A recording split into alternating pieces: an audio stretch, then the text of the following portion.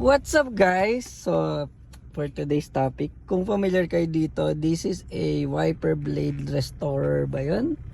Parang nire-restore daw niya yung wipers natin if kunwari meron siyang may mga lines na. So nabili ko lang to sa ano, sa mga sa black app, sa orange app, at saka sa ano ba, Lazada, blue app.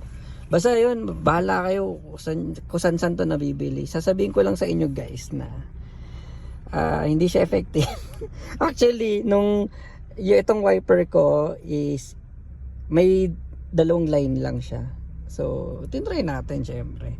Tapos, ayun, ano na, lahat na, linya-linya na. Teka, pakita sa inyo. Ayun o. Hindi kita dito, pero ang daming line na yan. As in, marami na hindi lang kita sa camera, pero guhit-guhit na siya na linya. As in, wala na, sira, na talaga, na damage lalo. So eto, nung tinignan ko yung loob, teka, buksan ko. Yan, nabuksan ko. So ano lang siya, pangliha. Yung high grid lang, eto, yung low grid, yung makapal. Ayan, liha lang siya eh. Ayan o. Asan yan?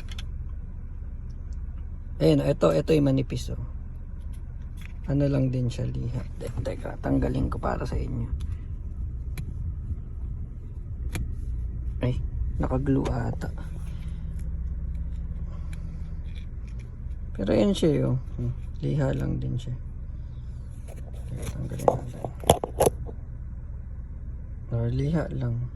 Ito manipis, ito makapal. So kung lilihain natin yung blade natin, talagang dadami yan kasi liha lang siya guys. Ayan. So I think fake. Wala lang. Ewan ko kung hindi ko alam saan nanggaling tong idea na to. So not worth it. Nakakasira pa lalo ng wiper blade natin. So don't use it guys. Huwag kayong papauto. Pero alam mo 10,000 sold to. Kaya yun. Kaya nauto din ako. Kala ko Carax na pwede. So it is not real. It's a fake. So yeah. Yun lang guys. Shinare ko lang na huwag kayong bibili na ito at lalong masisira yung wiper blades nyo. So yun. See you in my next video guys. Bye.